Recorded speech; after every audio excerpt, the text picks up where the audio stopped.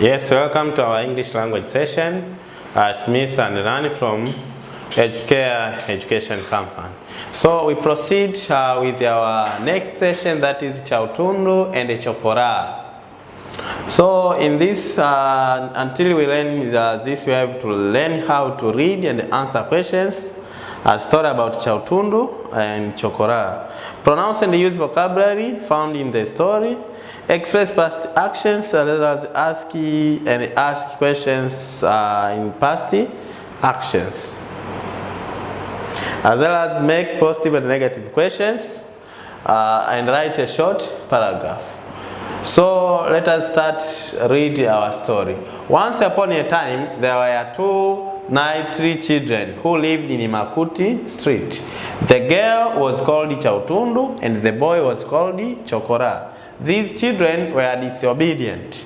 They always caused trouble or got themselves into trouble. Their parents took a lot of pain to correct them. However, it was of no use. People said the children were troublesome because of their bad names. Chautundu and Chokoraa had all the bad manners you can think of.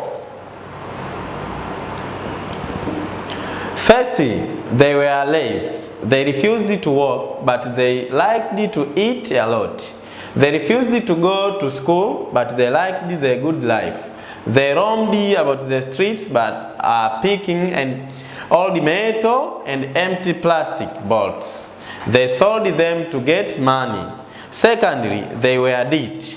They neither bathed nor washed their clothes. Therefore, they had rushed all over their bodies. Their clothes smelled badly. Other children avoided playing with them.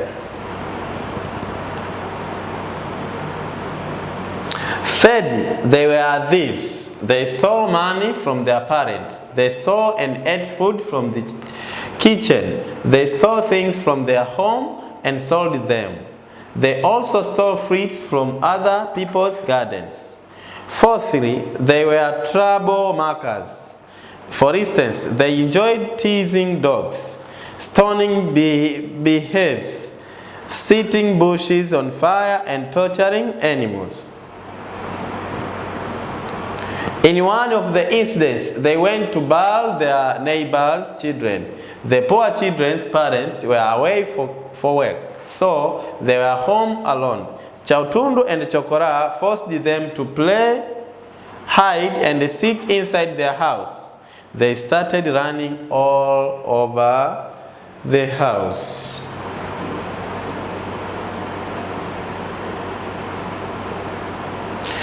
Chokoraa entered the bedroom. He found a pair of scissors inside the bedside drawer. He used it to cut the pillars to see what was inside. There were feathers in them. He scattered them in the bedroom. Suddenly the parents arrived and found the house is a mess. When they went to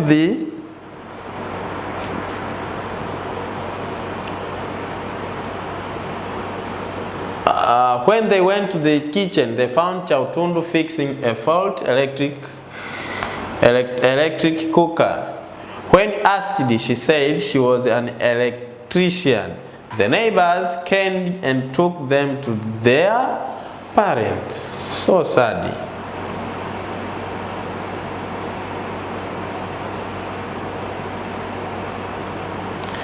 Questions. You have to choose the correct answer and write it later in the box provided.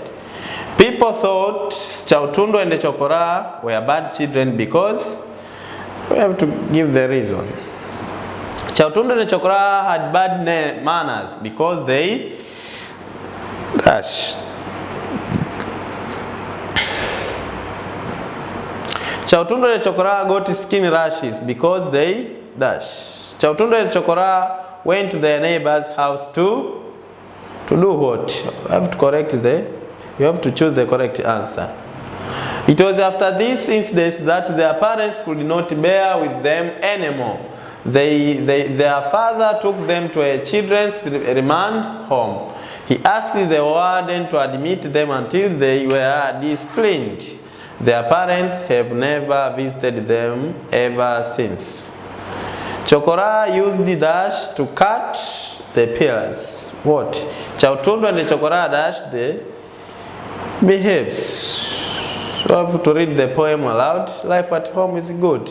My dear friends, you only know its goodness when you lose its happiness. Be obedient, boys. So you may read it in any tone.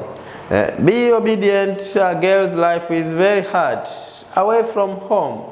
Stay home, children, always safe and sound. Work hard and hard. Before you are forced to work hardest with cane and whip. Read the following words aloudly. Naughty, pillow, trouble, roam, tease, behave, torture, bull, feathers, scousers. Match the words in columns X with the item in columns Y. The first one is given for you as an example. This one, naughty, its answer is J.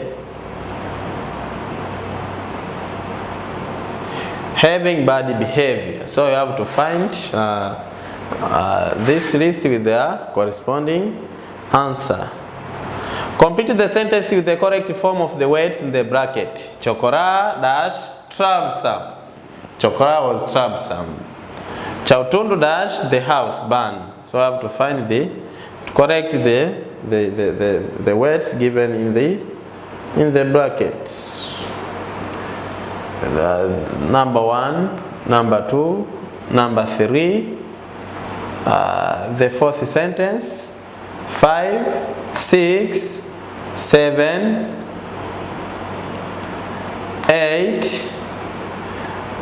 Then after we have to read the words in the table across and use them to make correct sentences. Example: they run waste paper they burn waste paper every week. They burned or burnt waste paper last week.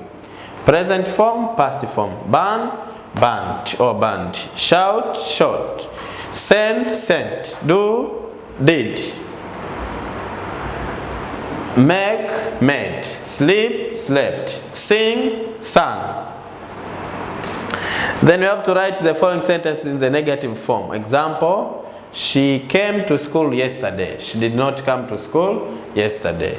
He watered the flowers. So write it into negative. They did their homework last night. Baraka wrote a letter to his aunt.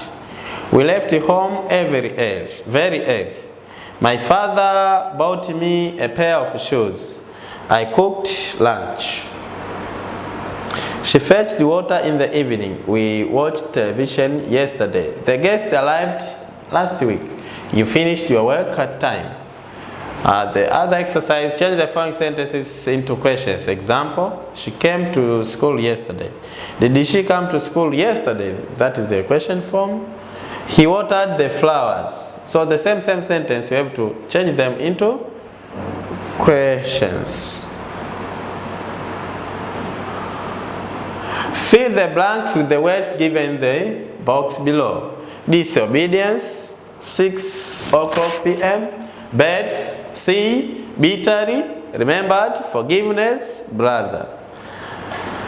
Life in detention was very hard for Chautundu and her dash Chokoraa. They were forced to do hard work. They were severely punished for their dash. They ate only 1 meal a day.